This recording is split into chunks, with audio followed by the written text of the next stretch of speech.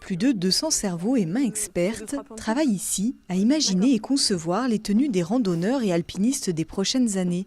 Nous sommes au siège du groupe Millet, installé au cœur de la filière outdoor de Haute-Savoie, à Annecy-le-Vieux.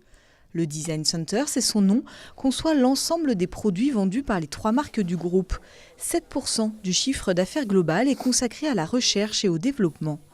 Ne pas penser les besoins à la place des utilisateurs, mais bien essayer de cerner leurs vrais besoins, leurs vraies attentes. D'une part, les usages, et quelque chose qui est un petit peu moins finalement matérialisable, mais évidemment tout ce qui est la valeur d'estime, donc la forme, la couleur, etc. Et pour ça, il faut aussi effectuer des veilles, donc être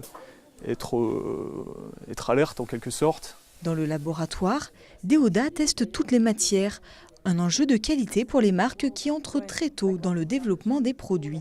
Je vais recevoir toutes les matières qu'on va vouloir utiliser sur nos différents produits et je vais les tester. Je vais m'assurer de leur bonne qualité.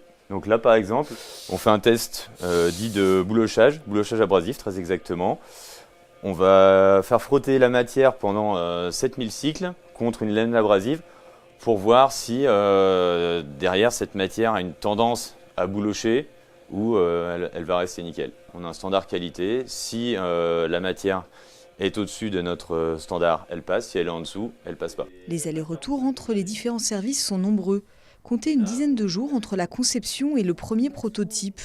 Hormis pour les chaussures, chaque produit peut être fabriqué ici par la vingtaine de mécaniciennes en conception. Stratégiquement, le groupe mise sur cette réactivité pour se développer. Aujourd'hui, nous réalisons 55% de notre chiffre d'affaires à l'international. Notre objectif à 3 ans étant d'atteindre 65%. Tout en considérant toujours la France comme notre camp de base. Et nous sommes très attachés à être les numéros 1 en France dans l'univers outdoor technique. Dans la cible du groupe annécien, l'Allemagne, l'Autriche, la Suisse et le Japon. Son chiffre d'affaires atteint les 100 millions d'euros.